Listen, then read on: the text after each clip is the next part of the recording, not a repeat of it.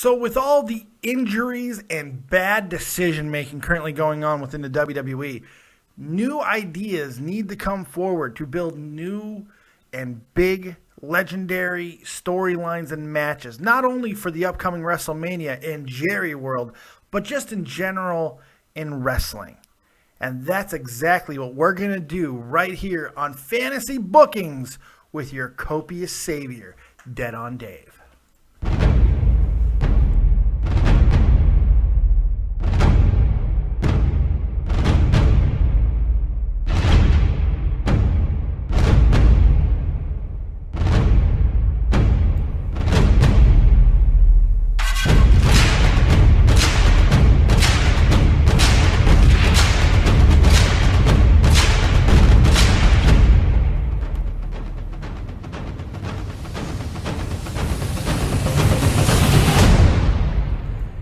This episode of Dead on Dave's Fantasy Bookings is brought to you by Real Talk, the Metaphor Messiah's new album, Black Mozart. Out everywhere, December 17th, 2015. Get your copy at www.bandcamp.com. Thank you, British Dave. Kind of. What's going on, everyone? Welcome back to the channel. It is your boy, Dead on Dave. And we got a brand new thing we're going to do. It's called Fantasy Bookings with Dead on Dave. Or Copious Fantasy Bookings. I don't know. We're coming up with an idea of a name. But regardless, what we're going to do is every so often, just whenever I want, this is not going to be an overly long video. I'm going to take matchups that I think should or potentially could happen in the WWE and give you my idea as to how to build it and how to make it the best possible situation that it could be. So let me know what you guys think. I'm also going to be using your guys' ideas for matches that you think could happen. If you have ideas for a future episode, go ahead and give me the idea, and I'll go ahead and try to work a booking angle around it, okay? It should be a lot of fun. Today we're going to talk about WrestleMania, something that's going to culminate at WrestleMania. Because let's face it, with all the injuries and the Roman Reigns situation, which we don't know if it's going to work or not, let's be honest here, they need a marquee matchup badly for WrestleMania. Something that does not need any title potentially, or could have the involvement of a title, but more than likely something that is going to be away from the World Heavyweight Championship situation. So I present to you my idea for something that could really be that matchup. Potentially a top 3 matchup at WrestleMania this year. Kevin Owens and Brock Lesnar. Now this week there's been a lot of talk about the possibility of this happening. So it's not like this is very far-fetched. However, the worry is that it's going to be a really cheap and bad booking idea, which could be the worst thing that they can do with these two guys. Because let's face it, these two should have a fantastic match. In almost any way that they go, it should be a great matchup. But it's the booking. It's the booking that I think is going to worry people. Do you have it somehow linked to the Authority? Is Kevin Owens going to be joining the United Nations? Does that mean Brock Lesnar would be somehow aligning himself with Roman Reigns? Which I don't put past WWE at this point. I mean, they're trying everything they can to make Roman Reigns work. Why not put him with Brock Lesnar? If nothing else works, I mean, maybe that'll work. They don't care. They will literally sacrifice anybody's future or their, the juice that they have to give to Roman Reigns. That's what they're showing right now, and I think they're going to continue to do that. But that's a different video altogether. Let's get into this. I think Brock and Kevin Owens could have a great WrestleMania match, but I think that they need to start laying the groundwork for it just right around now. Look, this situation works whether KO has the Intercontinental title or not. I also think it works best if Daniel Bryan is able to return, because I would have him winning the Royal Rumble. Whether or not he's healthy, all that stuff, you can protect him in booking, but having him at WrestleMania is, right now, it's one of the most important things that you can do. Of course, those questions that come with it need to be answered. Like, what does it mean for Roman Reigns, and are they holding back Daniel Bryan simply to protect the Roman Reigns push? Which I think there is an argument to be made for that, by the way.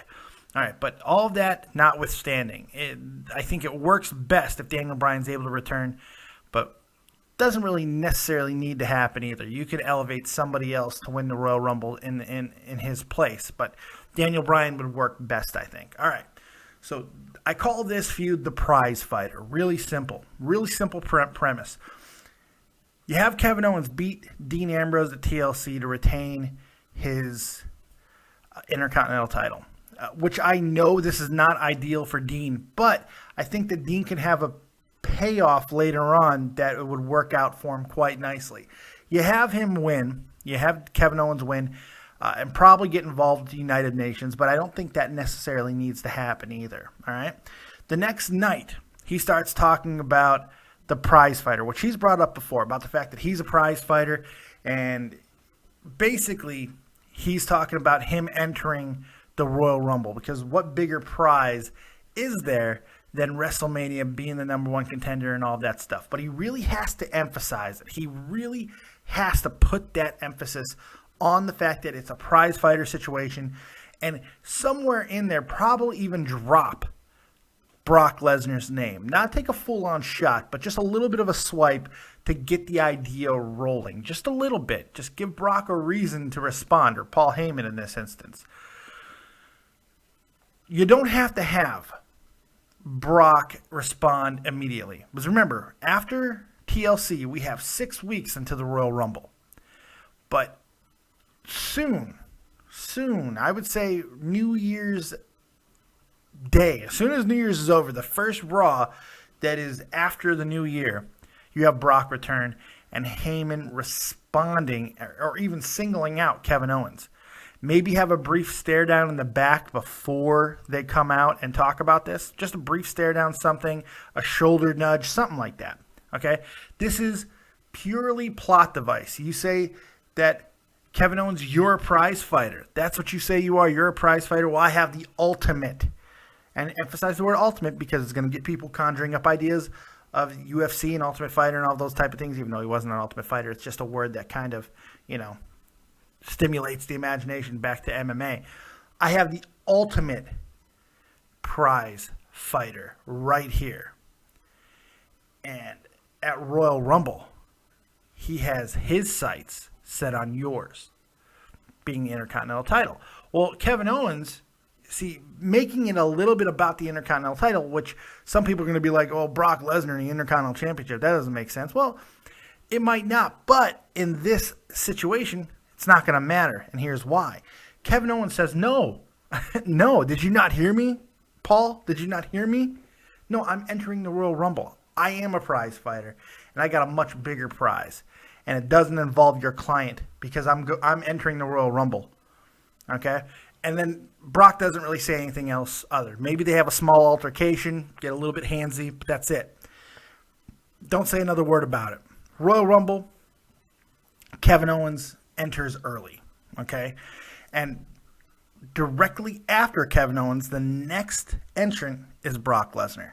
And I would say early. Maybe not 1 and 2 because I think that puts a little bit too fine a point on things, but maybe 4 and 5, something like that, 6 or 7, something like that.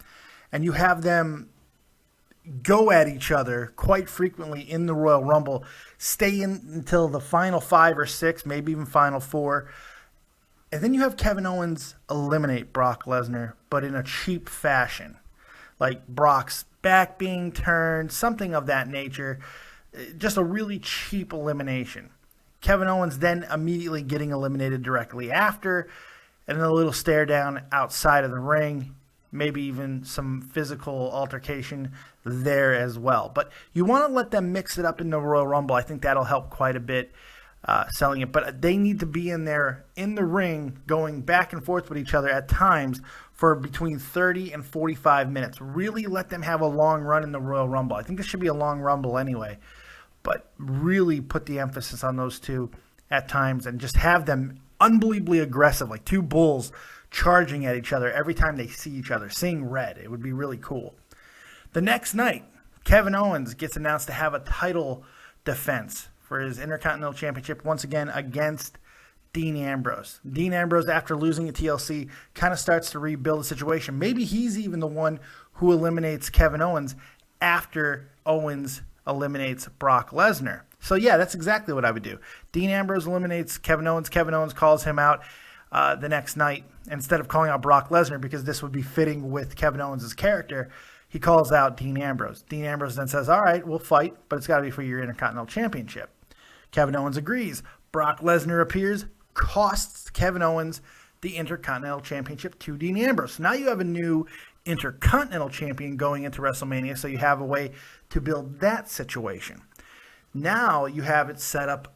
Obviously, you have two prize fighters without a prize to fight for at WrestleMania. So now they're both upset. They're both going back and forth, and through some promos and political working in the back, getting into Triple H's ear or whatever, since they both are kind of on good terms with the Authority, this would work out as well, that you announce a legendary, historic concept to where no matter who the champion is at the end of the night at WrestleMania, does not matter, because there will also be a new number one contenders that night, and it will be decided between Kevin Owens and Brock Lesnar, who will have their first ever singles competition against each other at WrestleMania, and it'll be for the number one contendership to the WWE World Heavyweight Championship.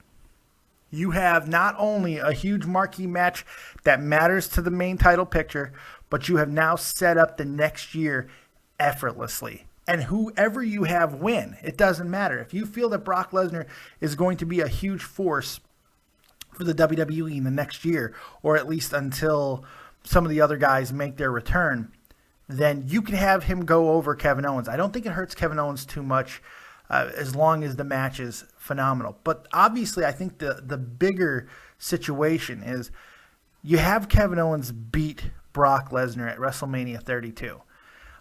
All of the juice that Brock has been building over the past 2 years gets transferred to Kevin Owens. And I think that's the payoff that really needs to happen.